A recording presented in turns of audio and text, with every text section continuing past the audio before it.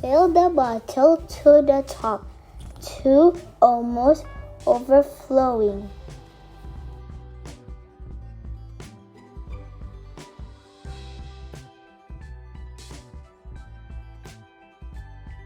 First test.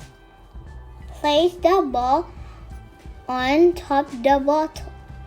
Then flip the bottle. Gravity is pulling the water down. The ball is sphere and having large surface area. The air pressing on the ball and enough force to stop water coming out. The ball didn't fall. Second test.